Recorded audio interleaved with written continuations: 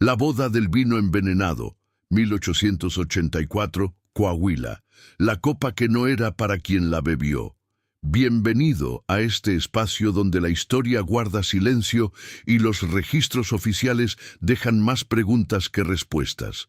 Antes de comenzar, te invito a escribir en los comentarios desde qué lugar nos estás escuchando y si este relato te encuentra de día o en plena noche.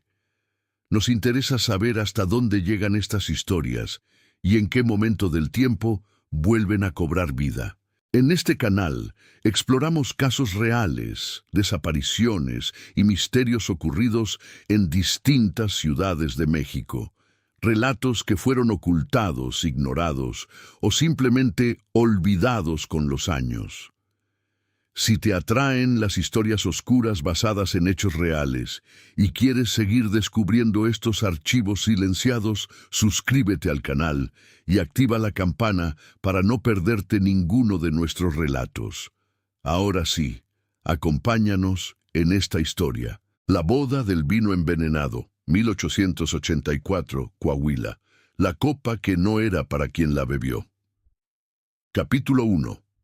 La copa que mató al hombre equivocado. El brindis fue a las 9 de la noche. Lo hizo el padre de la novia, don Heliodoro Vázquez Cienfuegos, de pie en la cabecera de la mesa larga del salón principal, con la copa en alto y la voz del hombre que ha esperado ese momento y que tiene cosas que decir. Habló de su hija, de su yerno, de las familias que se unían, del futuro que la ciudad de Saltillo les auguraba. Habló durante 3 minutos con la elocuencia de quien ha preparado su discurso y que además ha bebido lo suficiente durante la cena para que las palabras le salgan con más fluidez de lo habitual. Los invitados levantaron sus copas, bebieron, y 12 minutos después, el padrino de bodas, el señor Eutimio Carranza Peña, se dobló sobre sí mismo en la silla y cayó al suelo. Murió antes de que llegase el médico. Murió con los síntomas que el doctor Reyes Lombardo identificó al examinarlo como los síntomas del envenenamiento por arsénico. Los calambres, el vómito, la palidez que se extiende desde el centro hacia las extremidades con la rapidez de algo que no encuentra resistencia porque ya está adentro. La copa de Eutimio Carranza estaba sobre la mesa donde él la había dejado cuando se dobló. El vino que quedaba en el fondo era de color normal, olor normal, apariencia de todo lo que debía ser. Solo el hombre muerto en el suelo del salón indicaba que algo en esa copa no era lo que parecía. Las otras 97 copas en esa mesa estaban intactas. Ningún otro invitado presentó síntomas. El veneno estaba en una sola copa, en la copa específica de una persona específica, lo cual significaba que alguien en esa boda había puesto arsénico en una copa con la intención de matar a alguien.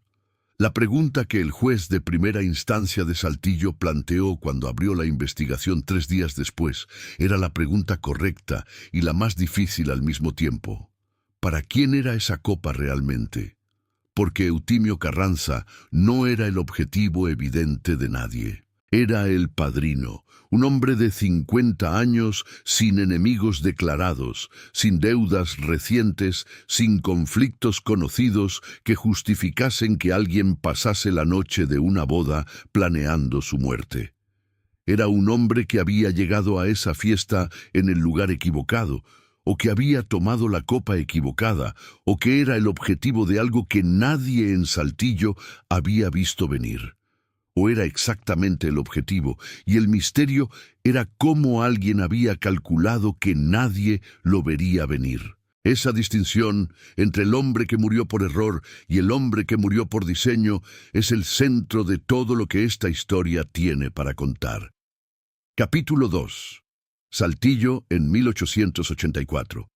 La ciudad donde ocurrió todo Saltillo, en 1884, era la capital del estado de Coahuila, y una ciudad que llevaba en su historia la tensión entre lo que había sido y lo que el porfiriato quería que fuese. Había sido durante décadas una ciudad de frontera en el sentido más literal. Al norte estaban los territorios que el Tratado de Guadalupe Hidalgo había cedido a los Estados Unidos en 1848, y esa vecindad con el otro lado había marcado a Saltillo de maneras que no eran únicamente geográficas. Era una ciudad de comerciantes y de ganaderos, de familias que habían construido su posición en el siglo XIX a través del comercio con el norte y con el centro del país, y que en los años del Porfiriato encontraban en la estabilidad del régimen la condición necesaria para que esos negocios prosperasen sin las interrupciones de la guerra y la inestabilidad política que habían marcado las décadas anteriores. El ferrocarril había llegado a Coahuila en los primeros años de la década del 80, conectando Saltillo con Monterrey al este y abriendo rutas hacia el norte y el sur que transformaron la economía regional con la velocidad que solo el tren podía producir. Las familias de posición en Saltillo en 1884 eran familias con memoria de lo que había costado construir lo que tenían. No eran la aristocracia colonial del centro del país, con sus genealogías de siglos. Eran más bien las familias de la frontera norte que habían prosperado a través del trabajo duro, del riesgo comercial asumido con inteligencia y de las alianzas entre familias que el matrimonio producía de una manera que en el norte era más directamente pragmática que en otros contextos. En ese mundo, la boda de Remedios Vázquez Cienfuegos y Celestino Alcántara Bravo era exactamente el tipo de evento que Saltillo tomaba en serio. Dos familias de la élite local que se unían. El padre de la novia, don Eliodoro Vázquez, con sus negocios de comercio regional. El padre del novio, don Leandro Alcántara, con sus tierras de ganadería al sur del estado.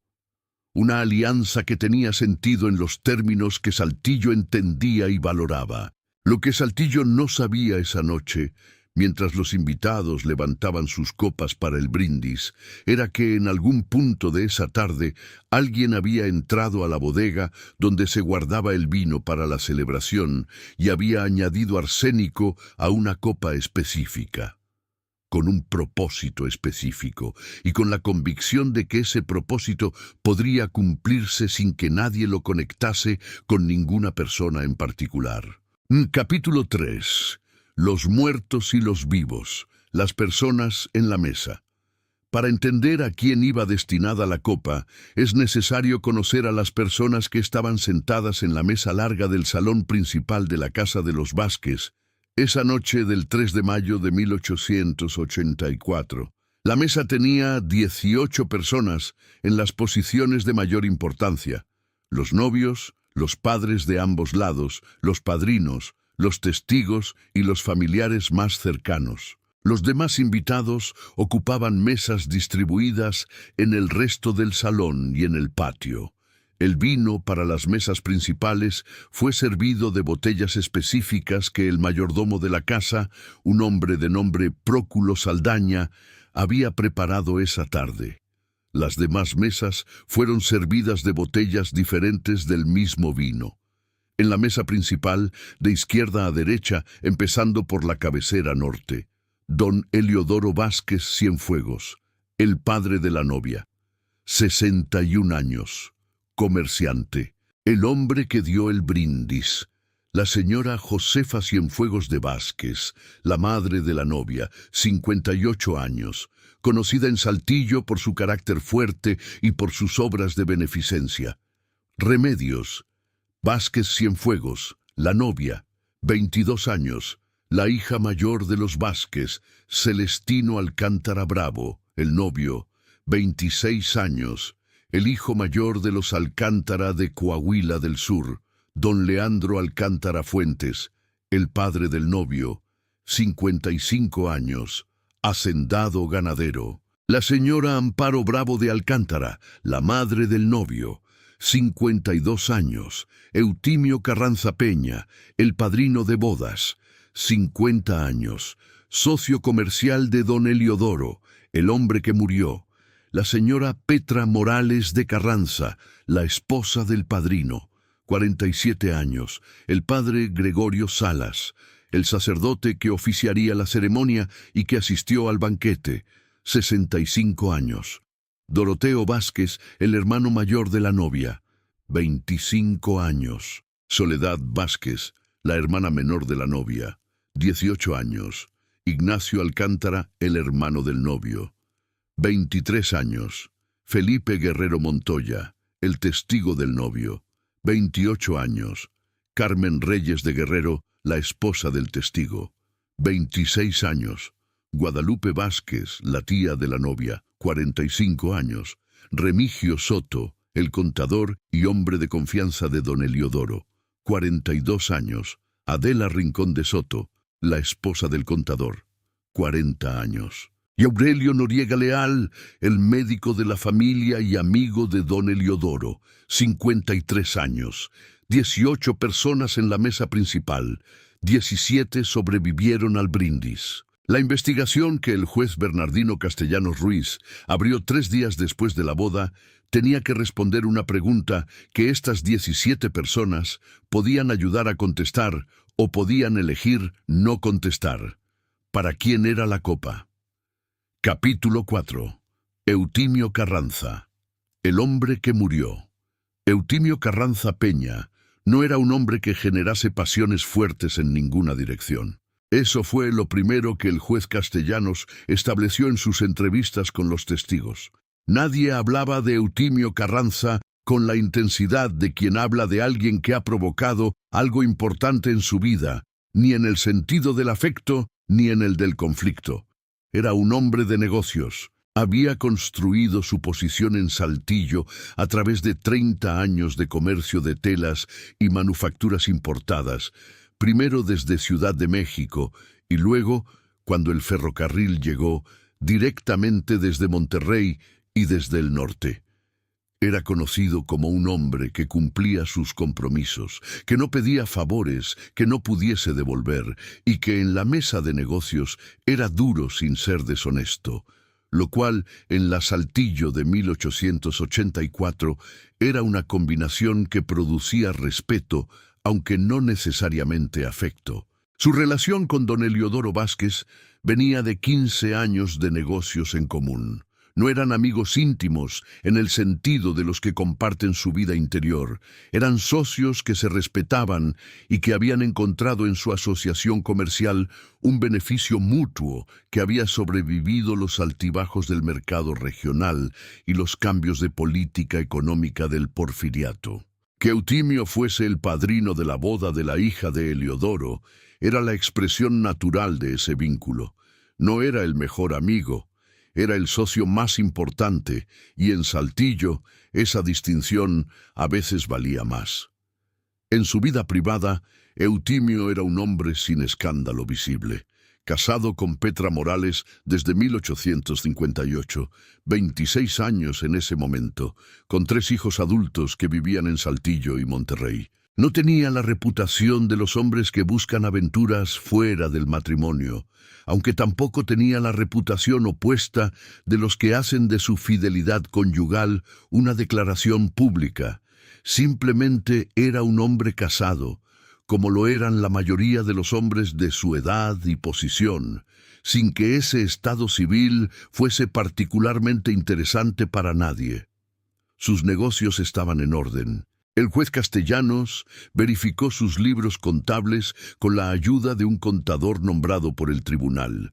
No había deudas extraordinarias, no había litigios pendientes, no había ningún conflicto comercial que pudiese motivar a alguien a querer su muerte de manera urgente. Todo esto apuntaba en la misma dirección y hacia la misma pregunta: si Eutimio Carranza no tenía enemigos con motivos para matarlo, ¿cómo había llegado el arsénico a su copa específicamente? La respuesta más inquietante era la que el juez Castellanos tardó en considerar, pero que, una vez considerada, no podía desestimarse. La copa quizás no era la de Eutimio. Capítulo 5. La distribución de las copas. Lo que el mayordomo recordó, Próculo Saldaña llevaba 12 años trabajando para la familia Vázquez. Era el mayordomo de la casa, el hombre que organizaba los eventos grandes con la eficiencia de quien lo ha hecho muchas veces y que tiene sus procedimientos. Para la boda de la señorita Remedios había preparado todo con el cuidado que la ocasión merecía.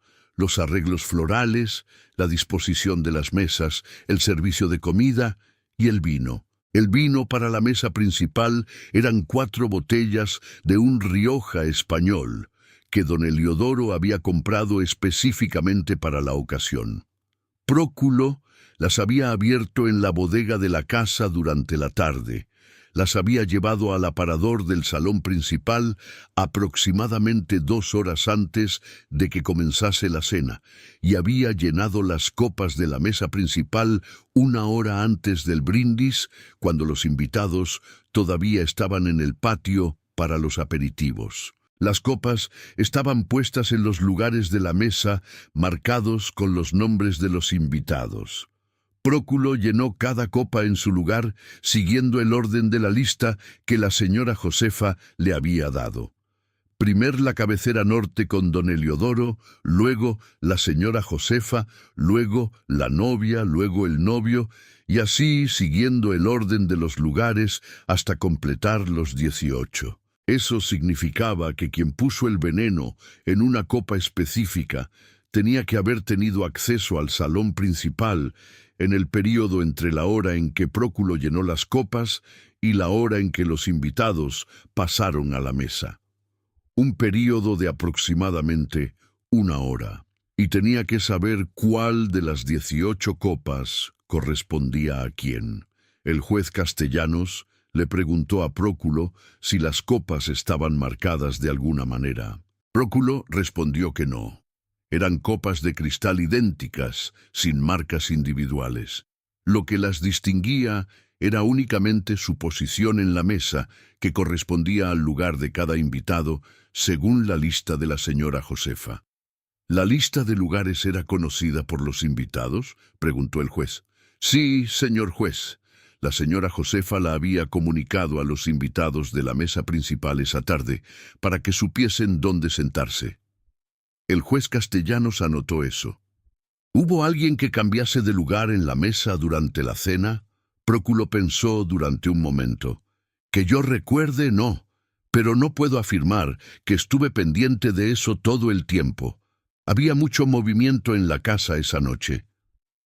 ¿El señor Eutimio Carranza llegó puntualmente a la mesa o llegó después de que los demás estuviesen sentados? Próculo tardó en responder. Creo que llegó después. Los señores Alcántara y el padre Salas ya estaban sentados cuando el señor Carranza llegó con su esposa. ¿Cuánto después? Unos minutos, no más. El juez Castellanos miró sus notas durante un momento. Luego preguntó algo que Próculo no esperaba. ¿El lugar del señor Carranza estaba en el extremo de la mesa o en el centro? En el extremo derecho, señor juez, junto a la señora Reyes de Guerrero. ¿Y quién estaba al otro lado del señor Carranza? El señor Guerrero Montoya, el testigo del novio. El juez Castellanos escribió eso. Luego levantó los ojos de sus notas y miró al mayordomo con la expresión del hombre que acaba de entender algo que cambia el mapa de lo que estaba investigando. ¿El señor Carranza cambió de lugar con el señor Guerrero en algún momento de la noche? ¿Antes del brindis? Próculo abrió los ojos levemente. Era la pregunta que en los 3 días desde la muerte de Eutimio nadie le había hecho todavía. No lo vi, señor juez, pero... dudó. ¿Pero qué? Pero cuando recogí las copas al final de la noche, el señor Guerrero estaba sentado en el lugar que, según la lista, correspondía al señor Carranza. Capítulo 6. Felipe Guerrero Montoya. El testigo del novio. Felipe Guerrero Montoya tenía 28 años la noche de la boda. Era amigo de Celestino Alcántara desde la infancia, habiendo crecido ambos en las tierras del sur del estado y habiendo estudiado juntos en Saltillo durante los años de preparatoria. Era el tipo de amistad que se construye en la adolescencia y que en el mundo de las familias de posición del norte mexicano se convertía con el tiempo en una red de vínculos que mezclaba lo personal con lo comercial, de una manera que ninguno de los dos lados intentaba separar. El juez Castellanos entrevistó a Felipe Guerrero el cuarto día de la investigación. Felipe llegó al juzgado con la expresión de alguien que lleva 4 días de luto por un hombre que murió en la fiesta donde él estaba, y con la tensión adicional del que sabe que las investigaciones de este tipo llevan a preguntas incómodas, y que las preguntas incómodas tienen el hábito de llegar cuando uno menos está preparado para responderlas. El juez fue directo. ¿Cambió usted de lugar con el señor Eutimio Carranza en algún momento de la noche antes del brindis? Felipe Guerrero miró al juez. Luego miró a su abogado que estaba sentado junto a él. Luego volvió a mirar al juez. Sí, dijo, cambiamos de lugar. ¿Por qué? Porque el señor Carranza dijo que prefería estar más cerca del centro de la mesa para escuchar mejor el brindis. Tenía un problema de oído en el lado derecho desde hace años. El lugar que le correspondía era el extremo, y desde ahí no habría escuchado bien lo que el señor Vázquez dijese. Me lo pidió cuando llegamos a la mesa. Le cedí mi lugar. Era una explicación plausible. Era también una explicación que, si era verdad, cambiaba completamente el mapa del crimen. El arsénico había sido puesto en la copa del lugar de Felipe Guerrero, no en la copa del lugar de Eutimio Carranza. Eutimio había muerto porque en el último momento había intercambiado su lugar con el testigo del novio, lo que significaba que el objetivo era Felipe Guerrero. El juez Castellanos miró a Felipe durante un momento largo. ¿Quién sabía que iba a realizar ese intercambio de lugar? Nadie. Fue una decisión del momento cuando llegamos a la mesa. ¿Lo escuchó alguien? No lo sé. Había mucho movimiento todavía en el salón cuando llegamos. ¿Y usted no sospechó nada cuando el señor Carranza tomó su lugar y su copa? Felipe Guerrero respondió con la respuesta de quien ha pensado en esa pregunta durante 4 noches sin poder dormir bien. No. ¿Por qué habría sospechado? Era una copa de vino en una mesa de boda. No sospechas del vino en una boda. Noé capítulo 7. ¿Por qué matar a Felipe Guerrero? Las posibles razones. Si el arsénico era para Felipe Guerrero Montoya, entonces la investigación debía responder una pregunta diferente de la que había estado respondiendo. No quién querría matar a Eutimio Carranza, sino quién querría matar al testigo del novio. El juez Castellanos pasó los días siguientes construyendo el perfil de Felipe Guerrero, con la paciencia de quien sabe que la respuesta está en los detalles y que los detalles requieren tiempo. Lo que encontró fue más complicado de lo que la imagen pública de Felipe habría sugerido. Felipe Guerrero era administrador de una parte de las tierras de su padre en el sur del estado, trabajo que hacía con competencia, pero que en el último año había producido una disputa con un vecino de tierras colindantes. El conflicto era sobre los límites de una parcela cuyo deslinde no había sido registrado con la precisión suficiente en los archivos del municipio, y que tanto la familia Guerrero como la familia con que disputaban, los Treviño, también del sur del estado, reclamaban como suya según distintas versiones del mismo registro catastral.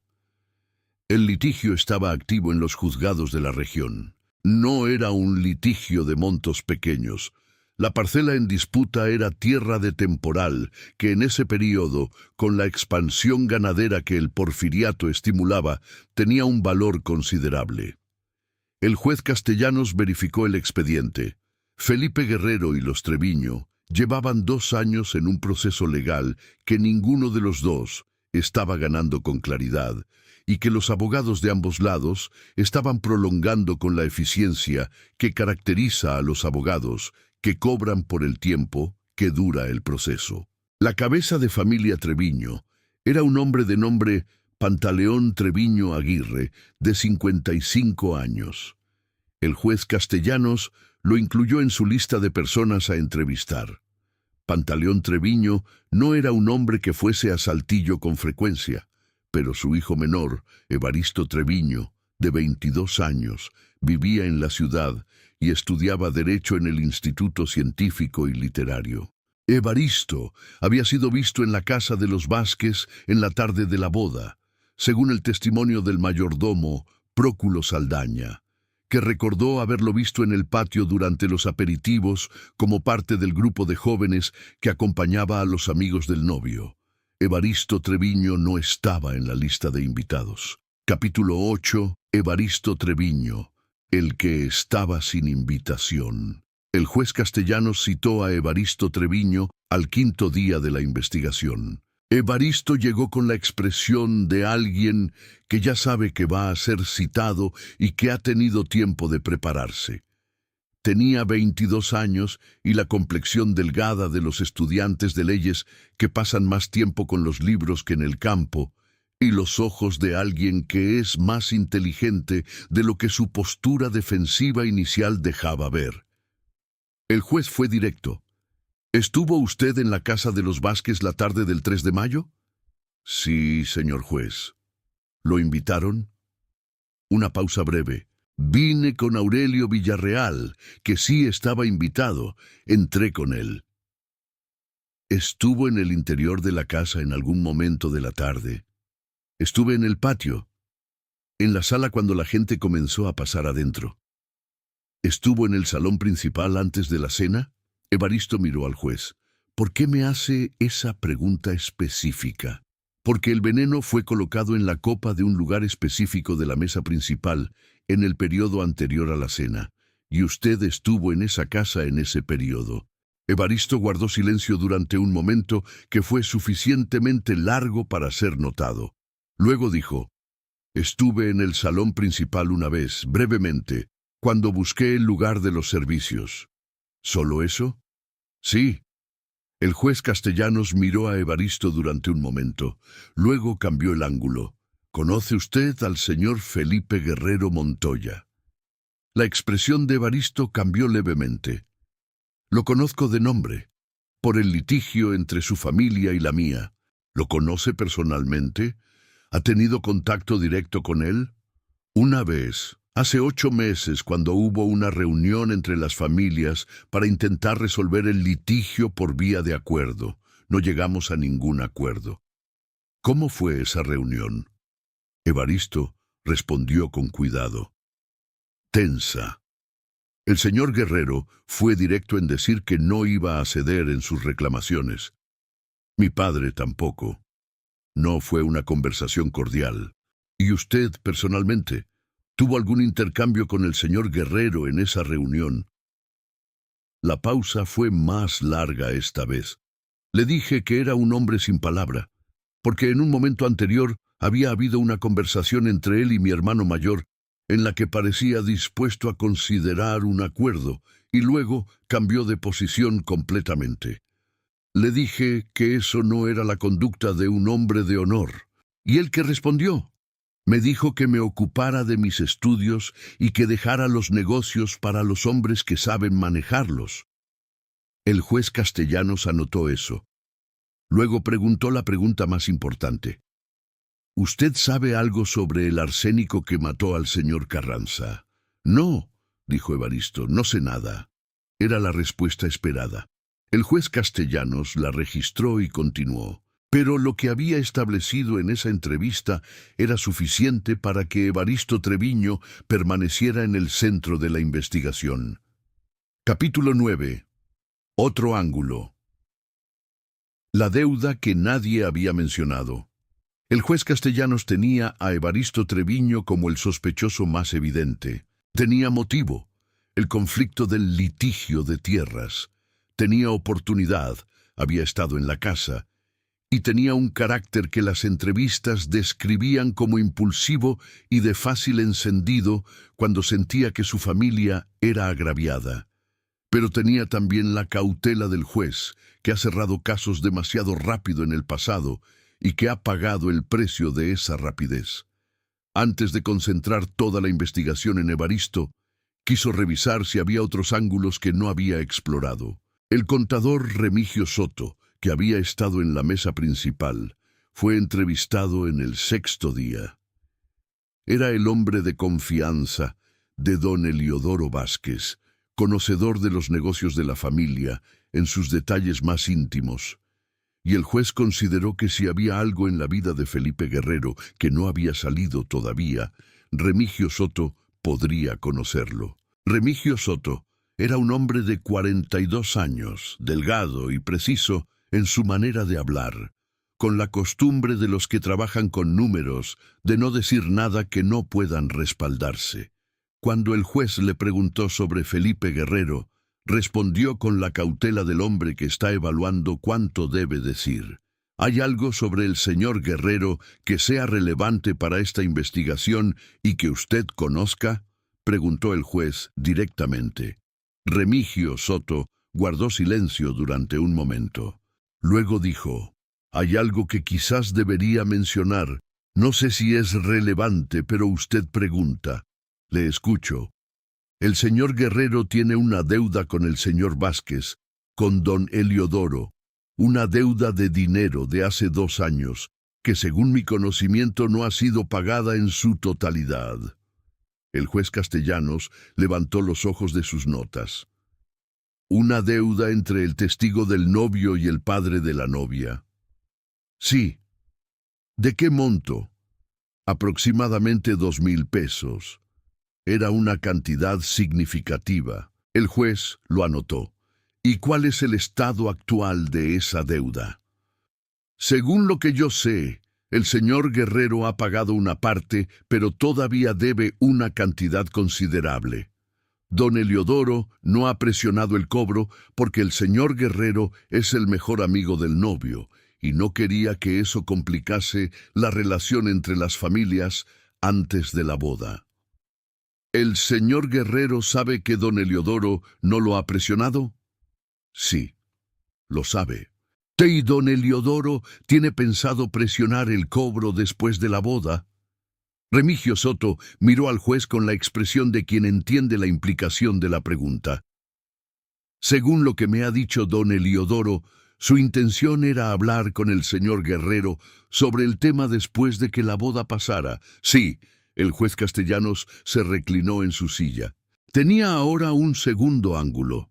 Si Felipe Guerrero sabía que don Eliodoro iba a exigir el pago de la deuda después de la boda, y si Felipe no tenía los medios para pagarla, entonces había alguien más con razón para querer ver a Felipe Guerrero muerto o fuera de la circulación antes de que esa conversación ocurriese. Pero ese alguien era don Eliodoro Vázquez, el padre de la novia, el hombre que había dado el brindis. Capítulo 10. Don Eliodoro Vázquez, el hombre que sabía demasiado. El juez Castellanos entrevistó a don Eliodoro Vázquez en el 7º día. Lo hizo con el cuidado que requieren las entrevistas con los hombres de posición de una ciudad pequeña, con respeto en las formas, con firmeza en el contenido y con la claridad de que en una investigación de homicidio la posición social no exime a nadie de responder preguntas. Don Eliodoro llegó al juzgado acompañado de su abogado y con la expresión del hombre que ha pasado una semana viendo cómo la muerte de un hombre en su propia casa de bodas se convierte en el centro de la vida social de Saltillo. Era un hombre de 61 años que en ese momento parecía varios años mayor, con la fatiga específica de quien ha dormido poco y que además carga el peso de algo que no ha dicho. El juez le preguntó sobre la deuda de Felipe Guerrero. Don Eliodoro confirmó lo que Remigio Soto había descrito. La deuda existía, era de aproximadamente 2,000 pesos, y sí, tenía intención de abordar el tema después de la boda. El señor Guerrero sabía que usted iba a abordar el tema. Le había dicho que hablaríamos. No le había dicho cuándo exactamente. ¿Tenía usted razón para creer que el señor Guerrero no podía pagar? Don Eliodoro dudó. Tenía razones para pensar que su situación financiera era más estrecha de lo que él admitía. El litigio de tierras que tiene con los Treviño le ha costado dinero en abogados, y la administración de sus tierras no ha sido especialmente productiva en el último año. Y si el señor Guerrero no pudiese pagar, ¿qué habría hecho usted? Lo que hacen los hombres de negocios cuando una deuda no se paga, proceder legalmente, lo que habría complicado su relación con su nuevo yerno, cuyo mejor amigo es el señor Guerrero. Don Heliodoro miró al juez con la expresión de quien reconoce que la pregunta es certera. Habría complicado las cosas, sí, pero una deuda es una deuda. El juez Castellanos guardó silencio durante un momento. Luego preguntó la pregunta que había estado construyendo durante 10 minutos de conversación. Don Heliodoro, ¿tuvo usted acceso al salón principal en la tarde antes del brindis? Era mi casa. Tuve acceso a toda ella. Estuvo en el salón principal en el período en que las copas estaban servidas y los invitados todavía en el patio. Don Heliodoro miró a su abogado. El abogado no dijo nada. Don Heliodoro respondió: Pasé por el salón principal varias veces esa tarde. Era necesario verificar que todo estuviese en orden. ¿Y las copas de la mesa principal estaban ya servidas cuando pasó? Sí, Próculo las había servido antes. ¿Se acercó usted a las copas de la mesa principal en alguno de esos pasos? El silencio de don Heliodoro duró lo suficiente para que el juez lo anotase. Revisé que todo estuviese en su lugar, como hago siempre en los eventos de mi casa. Era una respuesta que confirmaba la posibilidad sin negarla. El juez Castellanos la registró y continuó. Capítulo 11. La señora Josefa, la madre que vio todo. La señora Josefa Cienfuegos de Vázquez era una mujer que el juez Castellanos había dejado para el 8º día de la investigación, no porque la considerase poco importante, sino porque tenía la intuición de que sería la entrevista más informativa si la dejaba para cuando ya tuviese el marco completo de lo que había investigado hasta ese punto. Tenía 58 años y la expresión de una mujer que ha visto mucho en su vida y que ha aprendido que la expresión más útil en los momentos difíciles es la calma. No la calma de quien no siente, la calma de quien siente, y ha decidido que sentir no va a interferir con pensar. El juez le preguntó sobre la deuda de Felipe Guerrero. La señora Josefa confirmó que la conocía. Le preguntó sobre Evaristo Treviño. La señora Josefa dijo que lo conocía de vista, que había estado en el patio esa tarde, que no le había dado importancia porque los amigos de los amigos a veces se colaban a las fiestas y eso no era inusual. Luego el juez le preguntó algo que no había preguntado a nadie más. ¿Vio usted a alguien acercarse a las copas de la mesa principal en la tarde antes de la cena? La señora Josefa miró al juez. Era la mirada de alguien que evalúa cuánto debe decir y que ha llegado ya a una decisión sobre eso antes de que la pregunta se hiciese. Sí, dijo. ¿A quién? Vi a Soledad Vázquez, la hermana menor de la novia. 18 años. El juez Castellanos fue cuidadoso. ¿Qué hacía la señorita Soledad en las copas? No lo sé exactamente. La vi de espalda, inclinada sobre la mesa. Cuando me acerqué se alejó. Pensé que estaba arreglando algo, que quizás una copa estaba en el lugar equivocado. No le pregunté. ¿A qué hora fue esto? Aproximadamente media hora antes de que los invitados pasasen a cenar. ¿Lo ha mencionado antes a alguien? La señora Josefa respondió con la precisión dolorosa de las madres que han tenido 8 días para decidir qué decir.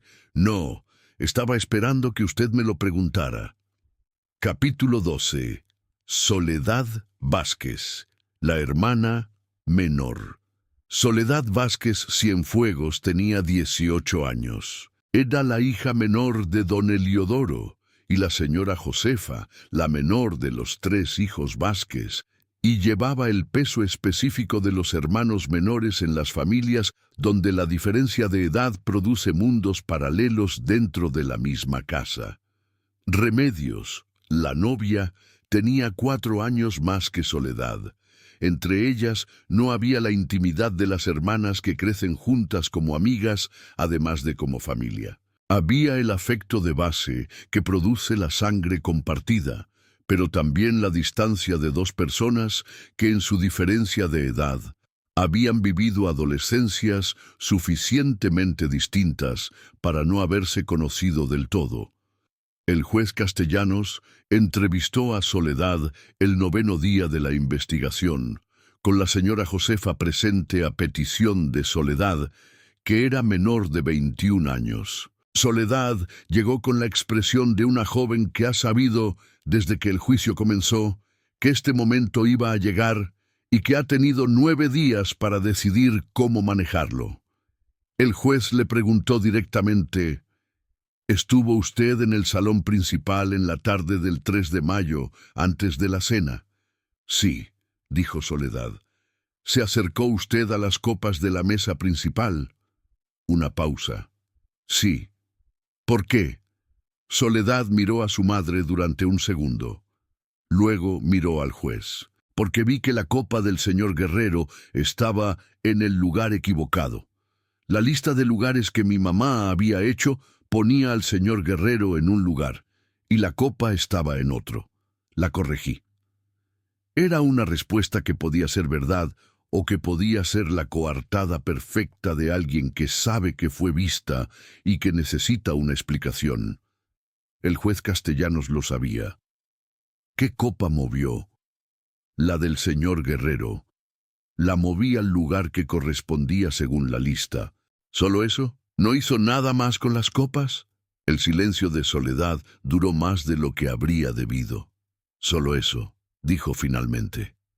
El juez Castellanos miró a la joven durante un momento.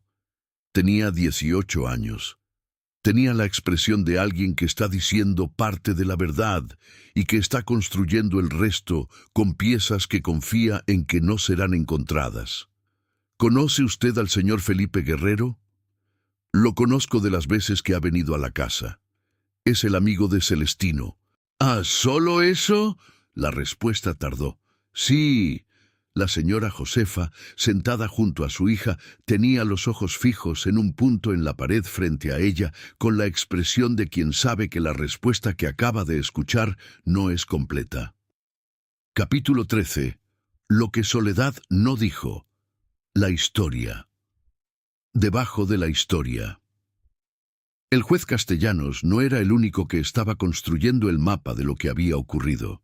El mayordomo Próculo Saldaña, que conocía la casa de los Vázquez y a sus habitantes con la intimidad de 12 años de servicio, fue a hablar con el juez voluntariamente en el 10º día de la investigación sin haber sido citado.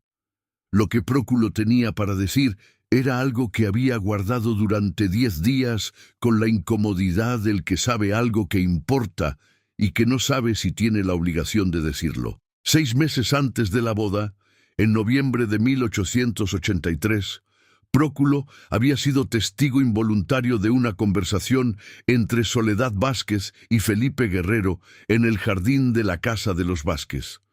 No la había escuchado completa, los había visto de lejos, en una postura que en ese momento no había parecido importante, pero que, a la luz de lo que había ocurrido en mayo, había adquirido un significado diferente. No era una postura de conversación ordinaria. Era la postura de 2 personas que se dicen cosas que no quieren que nadie más escuche. Próculo le dijo al juez que no había escuchado lo que se dijeron, que se había alejado para no interrumpir, pero que en los días siguientes había notado algo, que Soledad, que normalmente bajaba a desayunar con energía y conversación, había pasado varios días con la expresión de quien carga algo pesado, y que Felipe Guerrero había dejado de visitar la casa de los Vázquez durante varias semanas después de esa conversación. lo cual era inusual dado que en ese periodo era el amigo que Celestino frecuentaba más. El juez Castellanos procesó esa información sobre el mapa que ya tenía. Tenía a Evaristo Treviño con motivo del litigio de tierras. Tenía a don Heliodoro con motivo de la deuda. Y ahora tenía a Soledad con un motivo que no había visto antes. Algo que había ocurrido entre ella y Felipe Guerrero 6 meses antes de la boda y que había producido días de peso visible en una joven de 17 años y semanas de ausencia en un hombre de 28. Las posibilidades de lo que esa conversación había contenido eran varias, pero la más consistente con la reacción que Próculo había descrito era la más dolorosa, que había habido algo entre Felipe Guerrero y Soledad, algo que él había terminado o que nunca había sido lo que Soledad creía que era, y que esa ruptura había dejado en la joven una herida que 9 meses después todavía no había cerrado del todo. Capítulo 14. La segunda entrevista con Soledad. Lo que salió. El juez Castellanos citó a Soledad Vázquez por segunda vez el 11º día, esta vez sin la señora Josefa presente, con la autorización que la legislación de la época permitía para entrevistar a menores en determinadas circunstancias. Fue una conversación larga. El juez no fue directo al tema desde el principio. Construyó el espacio de confianza que las conversaciones difíciles requieren, hablando primero de cosas periféricas, estableciendo que su interés era entender lo que había ocurrido y no destruir a nadie. Y luego, cuando consideró que el momento era el adecuado, preguntó: ¿qué pasó entre usted y el señor Guerrero en noviembre del año pasado? Soledad lo miró durante un momento largo. Luego miró la mesa. Luego volvió a mirarlo.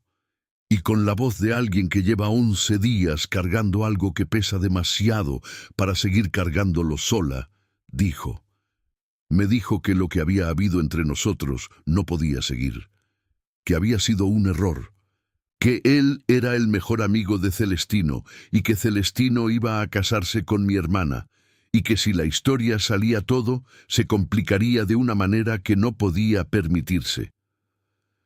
El juez Castellanos escuchó sin interrumpir. Le pregunté si me quería. Me dijo que eso no tenía que ver con lo que era posible. Hizo una pausa. Tenía 17 años, no era la respuesta que esperaba. ¿Cuánto tiempo duró lo que hubo entre ustedes? 4 meses, desde julio hasta noviembre. ¿Alguien lo sabía? Nadie. Lo guardamos con cuidado, porque sabíamos que era complicado. ¿Su hermana Remedios lo sabía? No. ¿Y usted le tenía rencor al señor Guerrero por haber terminado la relación? Soledad guardó silencio durante un momento. Cuando respondió, lo hizo con la honestidad específica de los que han llegado al límite de lo que pueden guardar. Le tenía rencor. Sí. Lo veía venir a la casa a preparar la boda de mi hermana, sonriendo como si nada. Y yo tenía que estar en la misma habitación con él y actuar como si no hubiese pasado nada. ¿Puso usted arsénico en la copa del señor Guerrero? El silencio fue largo esta vez, muy largo. La expresión de Soledad era la expresión de alguien que ha llegado al punto donde mentir requiere más energía de la que tiene disponible. No fui yo quien consiguió el arsénico, dijo finalmente. No sé de dónde vino, pero sí lo puse en la copa. Capítulo 15. La confesión y lo que explicó la confesión de Soledad Vázquez ante el juez Castellanos. El 11º día de la investigación fue el momento en que la historia de la boda del vino envenenado dejó de ser un misterio sobre un muerto y se convirtió en la historia de una joven de 18 años que había cometido un acto irreversible por un dolor que en su cabeza tenía una lógica que el resto del mundo no podía ver. Lo que Soledad explicó en la conversación que duró más de 2 horas fue lo siguiente: El arsénico lo había encontrado en la bodega de la casa de los Vázquez, en un frasco que don Heliodoro guardaba para el control de roedores en los almacenes del comercio. Era un frasco con etiqueta de farmacia que Soledad había visto en la bodega meses antes y que recordó cuando, en los días anteriores a la boda de su hermana, los pensamientos que había estado conteniendo se hicieron más difíciles de contener. No había planeado nada con meses de anticipación. La decisión se había construido en los días previos a la boda, alimentada por la presencia creciente de Felipe Guerrero en la casa durante los preparativos, por las bromas y las risas que él compartía con Celestino en el patio mientras Soledad los observaba desde la ventana del piso superior, por la manera en que él la miraba cuando se cruzaban, no con culpa, no con incomodidad, sino con la neutralidad de quien ha guardado algo en una caja y cerrado la caja y no necesita volver a abrirla. Esa neutralidad había sido lo que terminó de producir la decisión. No el enojo, no el dolor solo, sino la neutralidad. La sensación de que para él no había pasado nada de lo que para ella había pasado todo. El arsénico en la copa era un acto que Soledad, en el estado en que estaba cuando lo cometió, no había calculado completamente en términos de consecuencias. Había calculado el acto, no lo que seguía después del acto. Era la lógica específica de los 18 años y del dolor intenso que llena el campo de visión hasta que lo único visible es el objeto del dolor y lo que quiere hacerse con él. Lo que no había calculado era que Felipe Guerrero cambiaría de lugar con Eutimio Carranza, y que Eutimio Carranza moriría en lugar de Felipe Guerrero, y que Eutimio Carranza era un hombre de 50 años sin enemigos declarados, con esposa, con hijos adultos, con 30 años de trabajo honesto que terminaban en el suelo de un salón de bodas en Saltillo por culpa de una copa que no era la suya. Capítulo 16.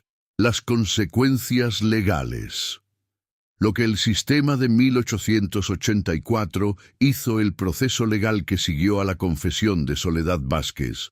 Fue uno de los más complicados que el juzgado de primera instancia de Saltillo había manejado en su historia reciente. Complicado no por la falta de claridad sobre los hechos, la confesión era completa y los hechos estaban establecidos, sino por la red de consideraciones que la ley mexicana de 1884, la sociedad de Saltillo y las familias involucradas traían al proceso.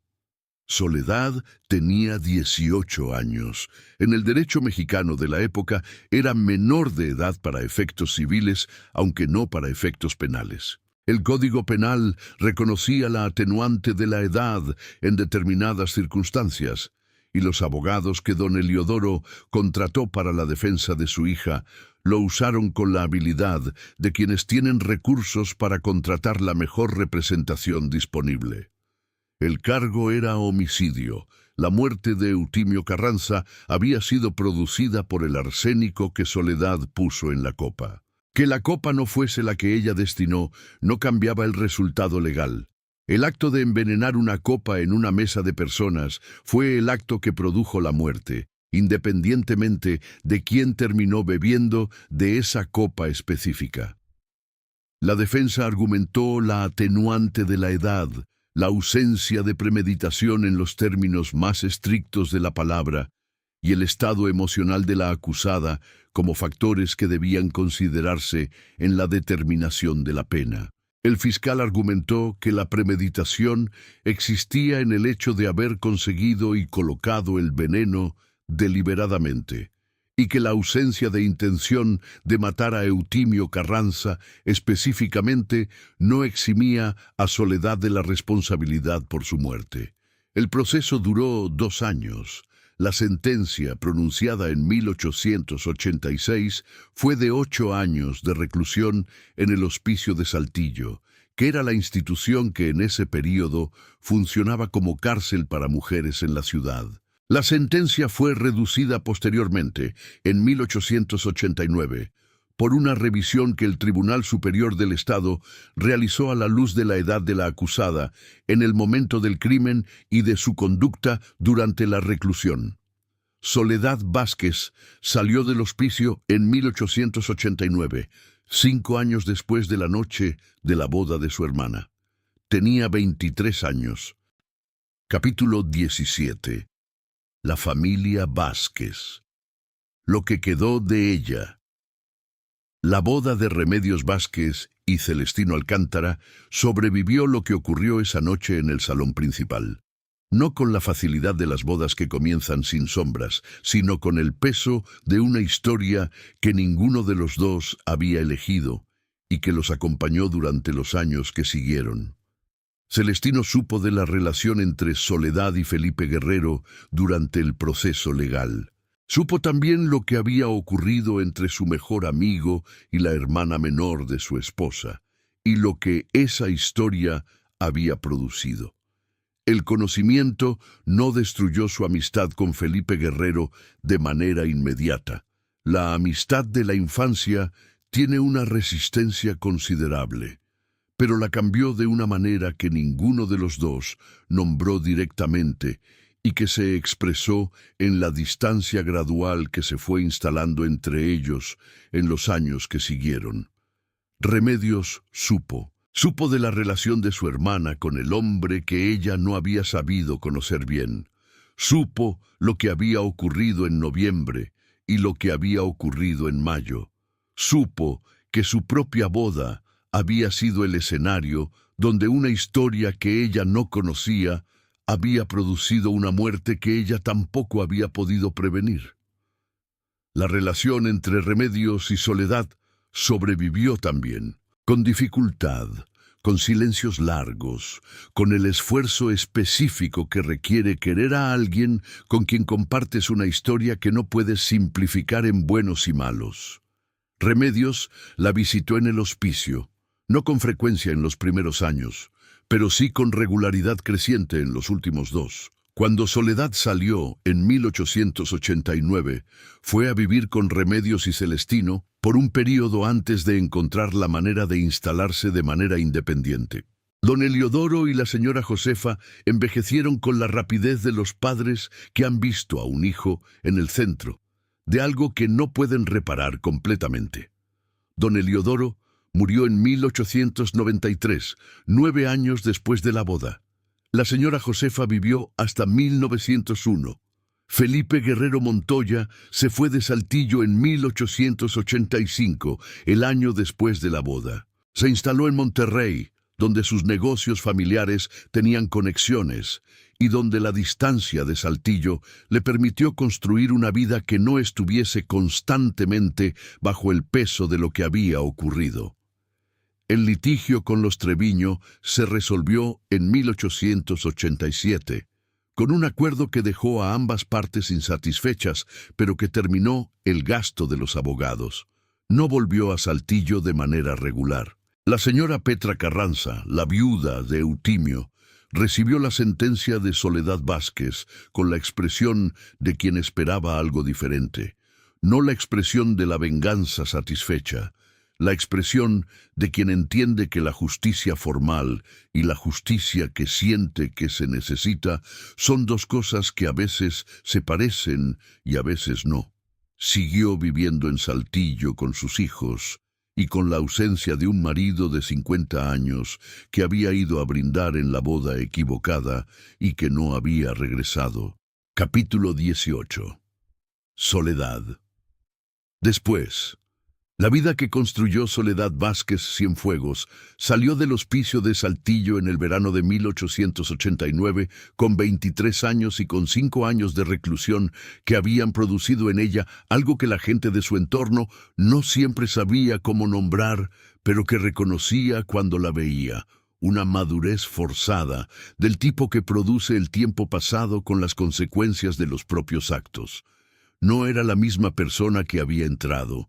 No en el sentido de que el hospicio la hubiese reformado en el tono edificante de los discursos sobre la rehabilitación, sino en el sentido más específico de que la experiencia de haber vivido con el peso de la muerte de Eutimio Carranza durante 5 años, de haber tenido tiempo suficiente para pensar en él como persona, y no solo como el hombre que murió por error, había transformado de manera permanente la manera en que entendía sus propias acciones y sus propias emociones. Pensaba en Eutimio con frecuencia. En los primeros años del hospicio, ese pensamiento era principalmente culpa. Con el tiempo, se convirtió en algo más complejo, la comprensión de que Eutimio Carranza había sido un hombre completo, con esposa y con hijos, y con 30 años de trabajo, y que ese hombre completo había terminado en el suelo de un salón de bodas, porque ella había puesto arsénico en una copa, y porque él había cambiado de lugar con otro hombre en el último momento. Fue a ver a la señora Petra Carranza cuando salió del hospicio, no con la expectativa de ser perdonada.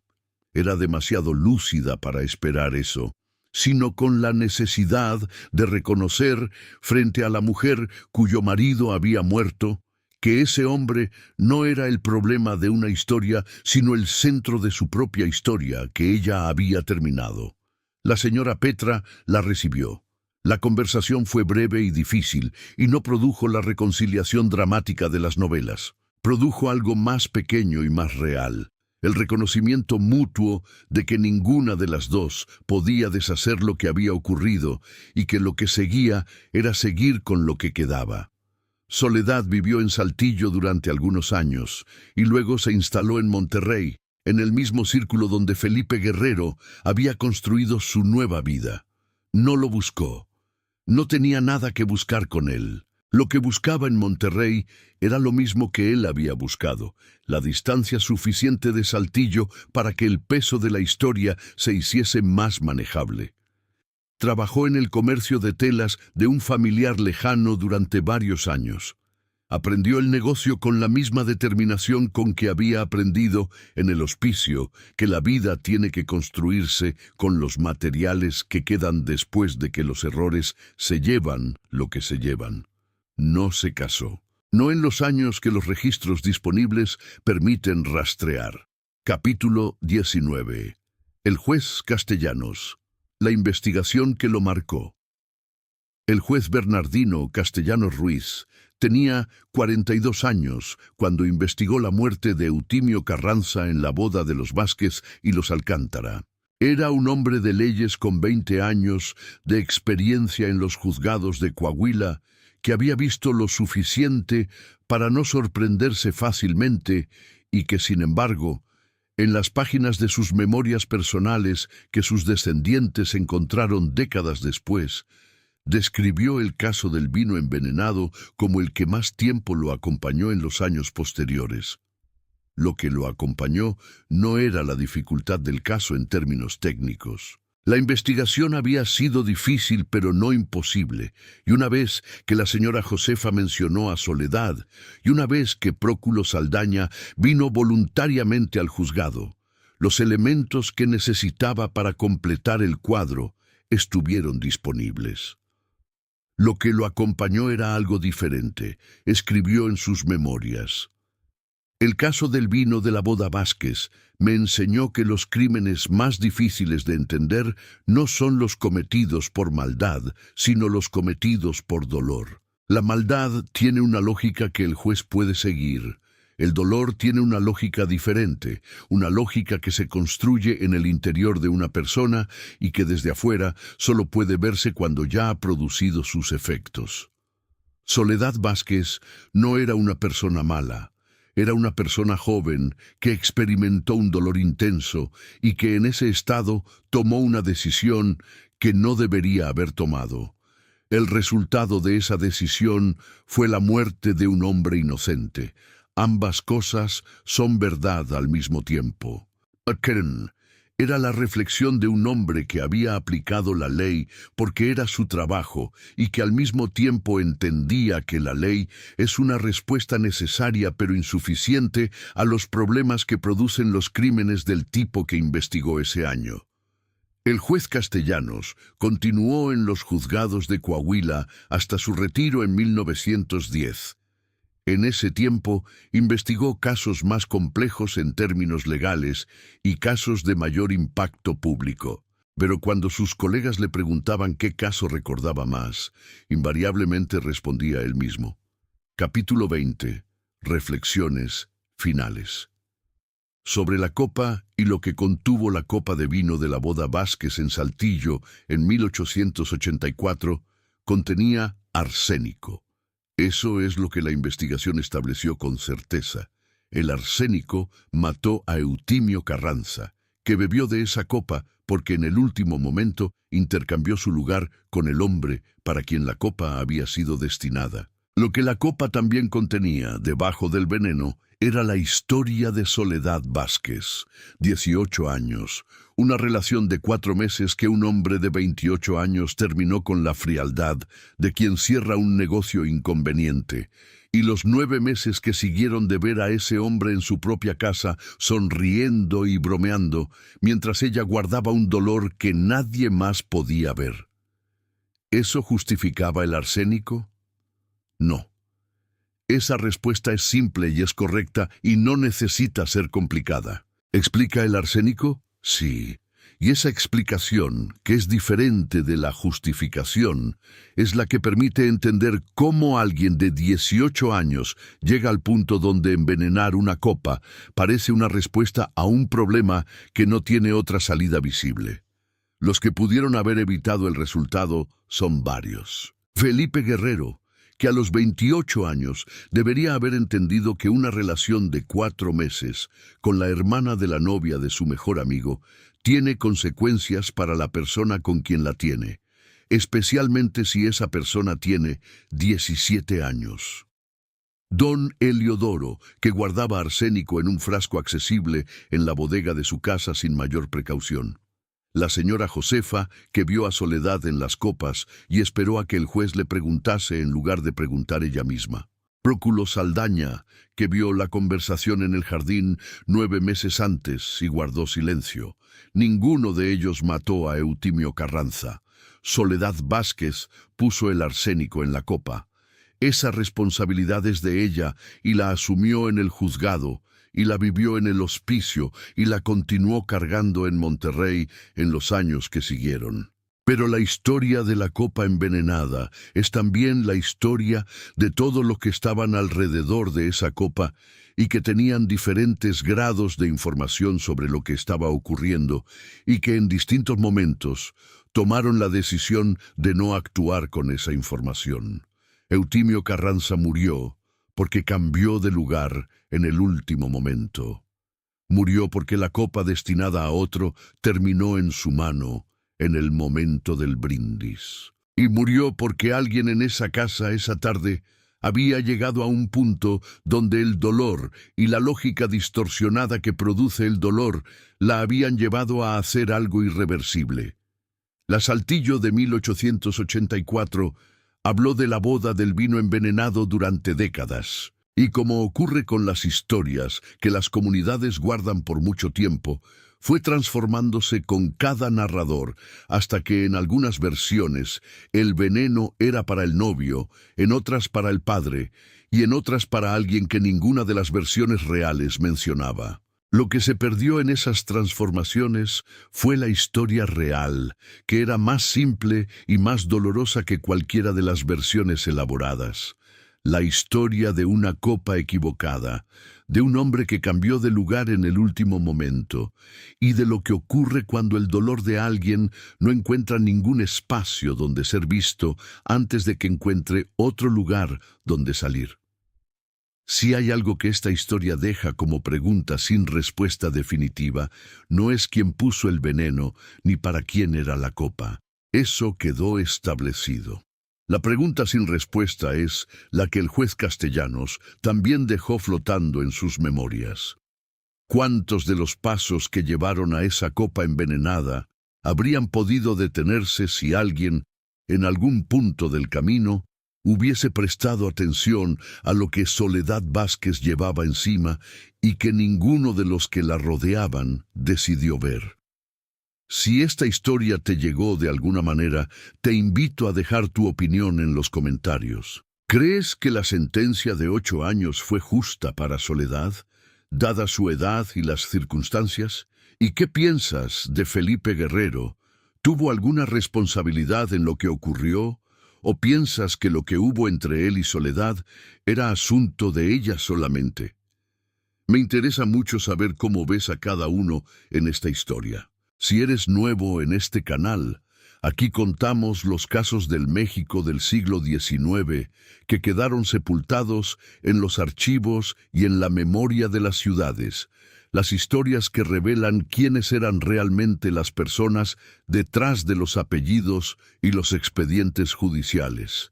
Si este tipo de historia te interesa, suscríbete y activa las notificaciones para no perderte los próximos relatos.